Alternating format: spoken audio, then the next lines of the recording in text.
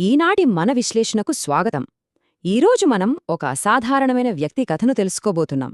ఒక్కసారి ఆలోచించండి, శరీరం పూర్తిగా సహకరించడం మానేసినా సరే కేవలం తన మేధస్సుతోనే ఈ అనంతమైన విశ్వపు సరిహద్దులను జయించడం సాధ్యమేనా?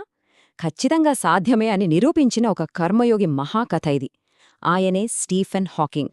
ముందుగా ఒక ప్రాచీన వేదాంతం ఆధునిక కాలంలో నిజమైన జీవిత కథగా ఎలా మారిందో చూద్దాం. మనందరికీ భగవద్గీతలోని ఆ ప్రసిద్ధ శ్లోకం తెలుసుకదా, కర్మణ్యేవాధికారస్తే. అంటే పనిచేయడం మాత్రమే మన చేతిలో ఉంది, దాని ఫలితంపై మనకు ఎలాంటి హక్కు లేదు అని. అయితే వినడానికి ఇదొక లోతైన వేదాంతంలా అనిపించినా స్టీఫెన్ హాకింగ్ జీవితంలో ఇది అక్షరాలా ఎలా సజీవరూపం దాల్చిందో చూస్తే మనం నిజంగా ఆశ్చర్యపోతాం. సరే, అంతటి ఆ యువ మేధావి జీవితం అకస్మాత్తుగా చీకటిలో ఎలా పడిపోయిందో ఇప్పుడు గమనిద్దాం. 1942లో ఇంగ్లాండులో పుట్టినప్పట్నుంచే హాకింగ్కు సైన్స్ అంటే విపరీతమైన ఆసక్తి ఉండేది. ఆ ఆసక్తే ఆయనను 1950ల నాటికి ఆక్స్ఫర్డ్ విశ్వవిద్యాలయంలో ఒక అసాధారణ మేధావిగా నిలబెట్టింది. అంతా అద్భుతంగా సాగుతోంది అనుకుంటున్న తరుణంలో సరిగ్గా 21 ఏళ్ల వయస్సులో ఊహించని పెద్ద కుదుపు. అకస్మాత్తుగా ALS అనే ప్రాణాంతక నరాల వ్యాధి ఆయనను కమ్మేసింది. కేవలం 2 ఏళ్లు. అవును, డాక్టర్లు ఆయనకు ఇచ్చిన గడువు కేవలం 2 ఏళ్లు మాత్రమే. భవిష్యత్తుపై ఎన్నెన్నో ఆశలు పెట్టుకున్న ఒక కుర్రాడికి ఇలాంటి వార్త వినడం ఎంత భయానకంగా ఉంటుందో ఒక్కసారి ఊహించండి. సహజంగానే ఆరంభంలో ఈ వార్త ఆయనను తీవ్రమైన డిప్రెషన్లోకి, అంతులేని చీకటిలోకి నెట్టేసింది. కాని ఆ చీకటి నుంచే ఒక దృఢమైన సంకల్పంతో ఆయన కొత్త ప్రయాణం మొదలైంది. ఎప్పటికీ తప్పించుకోలేని ఆ మరణాన్ని చూసి భయపడటం మానేసి ఆయనొక సాహసోపేతమైన నిర్ణయం తీసుకున్నారు. అదేంటంటే, ఇకపై నేను ఫలితం గురించి ఆలోచించను, నాలో మిగిలి ఉన్న శక్తితో నేను ఇంకా చేయగలిగిన పనిపైనే దృష్టి పెడతాను అని. అంటే తన చేతుల్లో లేని ఆయుర్దాయం గురించి కాదు, తన మెదడులో ఉన్న ఆలోచనల గురించి ఆయన పట్టించుకోవడం మొదలుపెట్టారు. ఇక్కడ మనం గమనించాల్సిన ఒక విస్మయపరిచే వాస్తవముంది. ఒకవైపు ఆయన భౌతిక దేహం క్రమక్రమంగా క్షీణించిపోతోంది, పూర్తిగా వీల్చైర్కే పరిమితమైపోయారు. చివరకు మాట్లాడే శక్తిని కూడా కోల్పోయి వాయిస్ సింథసైజర్పై ఆధారపడాల్సి వచ్చింది. కాని అదే సమయంలో ఆయన మానసిక సామర్థ్యం మాత్రం విశ్వమంత విశాలంగా విస్తరించింది. శరీరం బందీ అయినా సరే ఆయన ఆలోచనలు మాత్రం స్వేచ్ఛగా విహరిస్తూ బ్లాక్ హోల్స్ రహస్యాలను ఛేదించాయి.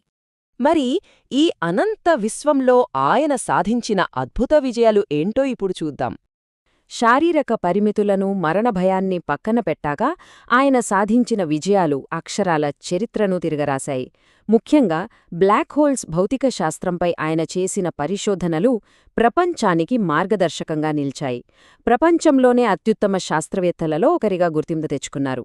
ఆయన రాసిన a brief history of time అనే పుస్తకం ప్రపంచవ్యాప్తంగా సంచలనం సృష్టించింది. ఒక కదలని శరీరం నుంచి ఇన్ని అద్భుతాలు పుట్టుకొచ్చాయంటే నిజంగా నమ్మశక్యం కాదు కదూ. అసలు కర్మయోగి అంటే ఎవరు? రాబోయే ఫలితంతో, అంటే విజయమా లేక వైఫల్యమా అనే దానితో ఏమాత్రం సంబంధం లేకుండా అత్యంత అంకితభావంతో తమ పనిని తాము చేసుకుపోయే వ్యక్తి. డాక్టర్లిచ్చిన రిపోర్టును చూసి హాకింగ్ ఏ రోజూ భయపడలేదు, తన పనిని ఎన్నడూ విడిచిపెట్టలేదు. అందుకే ఆయన నిజమైన అర్థంలో ఒక కర్మయోగి అని మనం గట్టిగా చెప్పవచ్చు. సరే, ఇదంతా అద్భుతంగానే ఉంది, కాని ఈ కథ మన రోజువారీ జీవితాలకు ఎలాంటి పాఠం నేర్పుతుందో తెలుసుకుందాం. ఈ కథ విన్నాక మనలో ఒక ముఖ్యమైన ప్రశ్న తలెత్తుతుంది.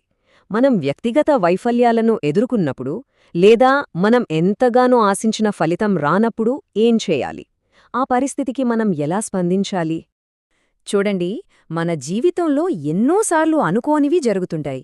ముఖ్యమైన పరీక్షల్లో ఫెయిల్ అయినప్పుడు, వరుసగా ఉద్యోగావకాశాలు కోల్పోయి నిరాశలో ఉన్నప్పుడు, లేదంటే అకస్మాత్తుగా ఏదైనా పెద్ద సమస్య వచ్చి పడినప్పుడు మనం ఎలా ప్రవర్తించాలి? చెడ్డ ఫలితం వస్తుందేమో అన్న భయంతో అసలు ప్రయత్నమే ఆపేస్తామా? ఆపకూడదు. ఎట్టి పరిస్థితుల్లోనూ ఆ భయం మనల్ని స్తంభింపజేయకూడదని హాకింగ్ జీవితం మనకు పదే పదే గుర్తుచేస్తోంది. ముగించే ముందు ఒక్క క్షణం ఈ ఆలోచనను మన మనస్సులోకి తీసుకుందాం. నిజానికి మనుష్యుల నియంత్రణలో ఉన్న ఏకైక విషయం ప్రయత్నం మాత్రమే, ఫలితం కాదు. అలాంటప్పుడు ఏదో చెడు జరుగుతుంది లేదా నేను ఓడిపోతానేమో అన్న భయానికి ఈరోజు మనం చెయ్యాల్సిన పనిని ఆపేసే అంత హక్కునిద్దామా? ఒక్కసారి ఆలోచించండి. మన చేతిలో ఉన్న ఏకైక ఆయుధం మన ప్రయత్నమే. మరి ఆ ప్రయత్నంపై పూర్తి నమ్మకం ఉంచుదామా? మళ్ళీ కలుద్దాం.